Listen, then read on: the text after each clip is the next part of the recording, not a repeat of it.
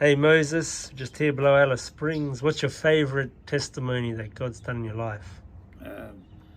Was the resurrection, which happened in Alice Springs. The pastor come picked me up at home, and we went to this house where this man was living who had a bad experience with his wife, and she ran away, and he hung himself. By the time we got there, he was gone, because he wasn't even shaking when he was hanging there, and the chair was knocked over when we found him, and I lifted him up while the pastor took the rope off his neck, and then we put him down on the floor, and the pastor said to me, "What do we do now?" I said, "Oh, let's pray." And I said, "Are you going to go to the head?" He said, "No, you go there." and I got down on my knees and I put my hand on his head and prayed in tongues. I prayed in tongues. I just started, and it looked like I only said a few words, and boom, this gust of wind come through the wall. Must be, because that's what I heard. Whoosh!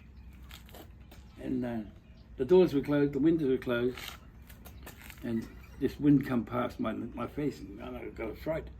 And I didn't realize what it was until after, that it was the spirit passing back to his body. And then his eyes opened. I looked down and I see his big eyes. He's looking at me. And hey, you're right, bro. And he's pretty out of it too, because he when I found out later, I asked him what happened to him. He said he was going down the black tunnel with the light way up the top there, and he said this big hand was speeding, and this big hand just come out, grabbed me and threw me back to earth. I said, wow, no wonder you come back like a whoosh. And how is he now? Like, is he?